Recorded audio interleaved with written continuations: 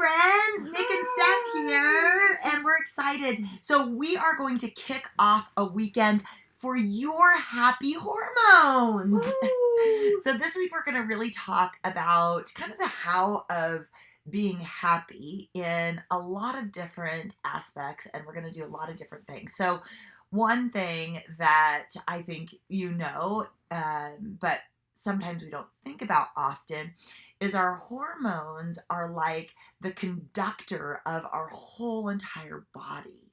And our hormones, we can think like, you might think hormones and you might be like, oh, are you talking about like your period? Are you talking about menopause? Are you talking about testosterone? But in reality, like our hormones, from our thyroid to just even our hunger hormones, like every single thing in our body is like orchestrated by our hormones. So the pace of every single function in your body is regulated by hormones.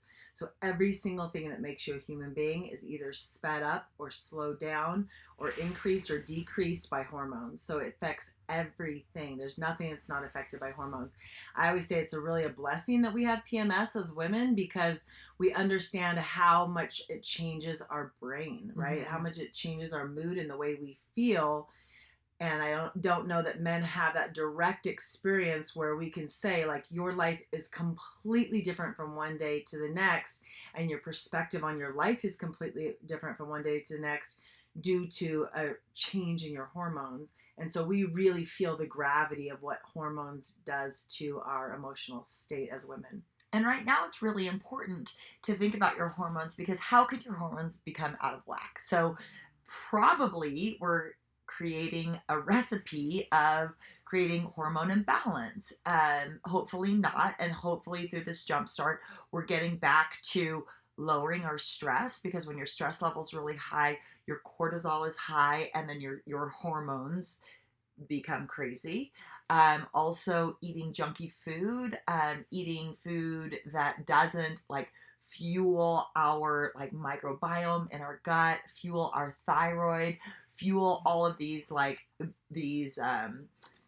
different hormones in our body. So when we're not sleeping, when we're stressing out, when we're stress eating, when we're not exercising, mm-hmm. being too sedentary, then our hormones get a little messy. So today, Steph and I are just talking about and we're launching this week, and then we're going to dive down into all the details. So what we're going to talk about is how hormones can take your metabolism up or can take your metabolism down. You know, hormones can help you have a strong reproductive system, be it male or female, or you, through your hormones, can have a really hard time with your reproductive system in lots of different ways. Then also thinking about like your body fat. If you're really gaining a lot of weight around your abdomen area, or you have excess body fat, that is sometimes a true tale that your hormones are off.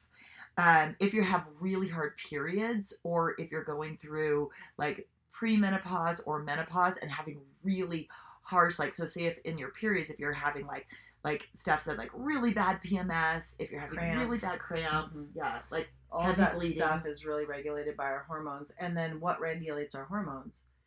That's sometimes we feel like it's a medical mystery, right? That we have to go see like an epidemiologist to figure out what's going on with our hormones. But the number one thing that affects our hormones is our nutrition. So this is everything. This is what, if we understand that hormones run every single thing in our body, everything about our hormones is affected by what we're putting into our mouth. So we can get to the root source of most of the things that are these ailments in our lives through our fork. And it's I think it's a real gift to be able to understand that, for one.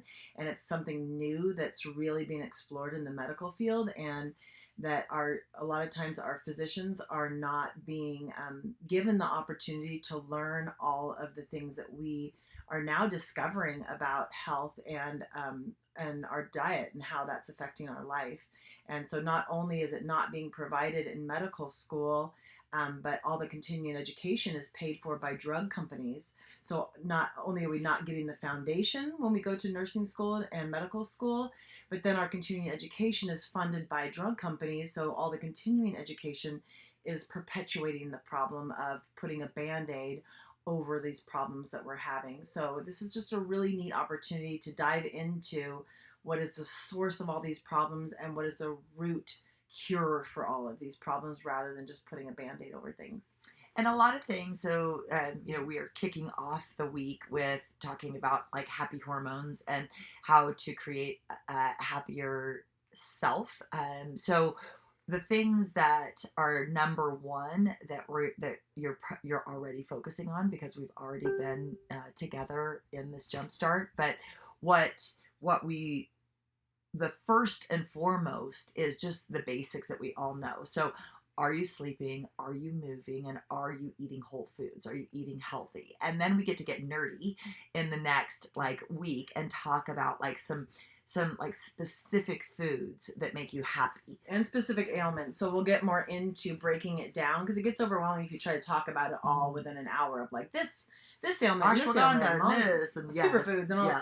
But if we can just break it down to like bite-sized pieces and do one day at a time where we're just talking about each specific thing, then we can take it on and also understand that it's really important that even if you're not experiencing something right now, that it might be relevant to somebody in your life. And sometimes you don't realize that one thing is causing something else. So where you may not feel like you're having PMS type symptoms, it could be correlated with maybe your accelerated or exaggerated symptoms of menopause. So it all really interrelates, and taking each piece at a time and then doing those pieces and not getting overwhelmed, but just doing what little things we can do at a time is the way to take this on and to get to the other side of being a happy hormone creating machine.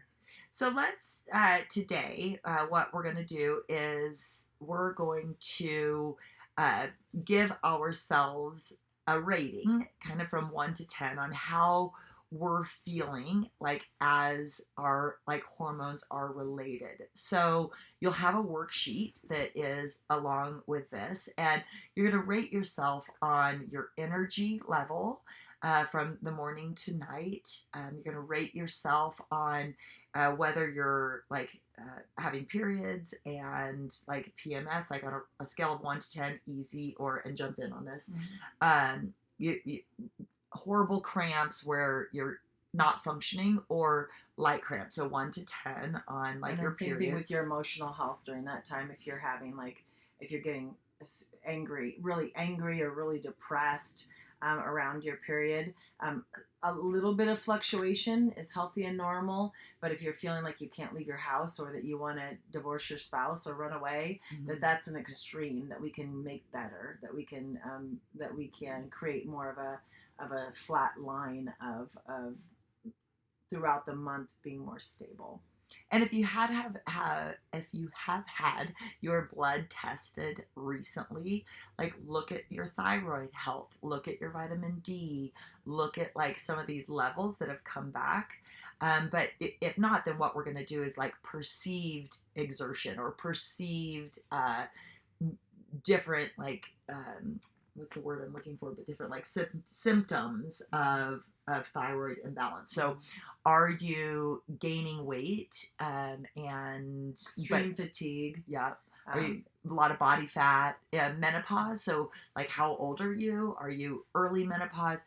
If you're like pre-menopause, like on a level of 1 to 10, how are your hot flashes? How are your moods? How's like your libido? Like all of these things, we're going to just kind of give ourselves a rating. So then this week, we can see like once we start making changes, and hopefully you guys have already done this, like hopefully you're sleeping 7 to 8 hours a night.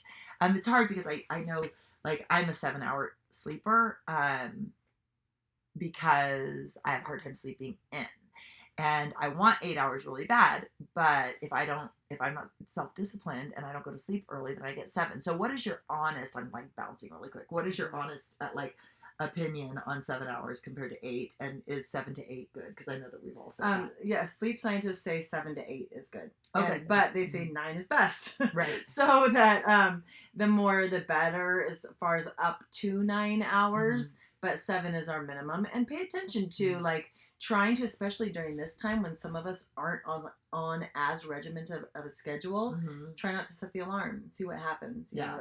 And as much as you can do that, even if it's just on the weekend or just one day a week, what happens when you don't, and just let yourself sleep till you need, or until you're ready to just wake up. And we'll talk about sleep one day this week too. So it's hard to gauge though if you don't write it down, you guys. I've regretted times when I've really benefited from a lifestyle change or things that I'm doing with my fitness or with my nutrition, and I'm like, what happened over this period of time? What was I doing? And I'm like, I want to go back to that, but I wasn't writing it down. So it's really like, you know how when you're in something, it's harder to see it. Yeah. And we're getting this vehicle, so we're all in writing it down, but we're all driving through a storm together, right? Like the whole planet is in a storm, and there's no getting out of the storm, but we can make the vehicle that we drive through this storm the very best it can be. And then we're all going to go through the storm anyway. But if we're not taking care of the vehicle we're driving through the storm with, we're going to slip off the road and we're going to crash and burn. So it's just getting this vehicle in the very best shape to weather the storm that we're in right now. Oh, I like that. Okay, well, it's so good to see you guys.